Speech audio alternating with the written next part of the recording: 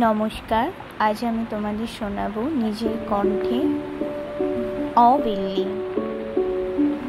গৌরী ধর্মপাল। অ বিল্লি বিল্লি, উঠে কোথায় চললি? কাঁটা রেখেছি পাতে, দুধ মেখেছি ভাতে, খেয়ে গিয়ে শোনা। আসতে কাটা জোসনা, এত কিসের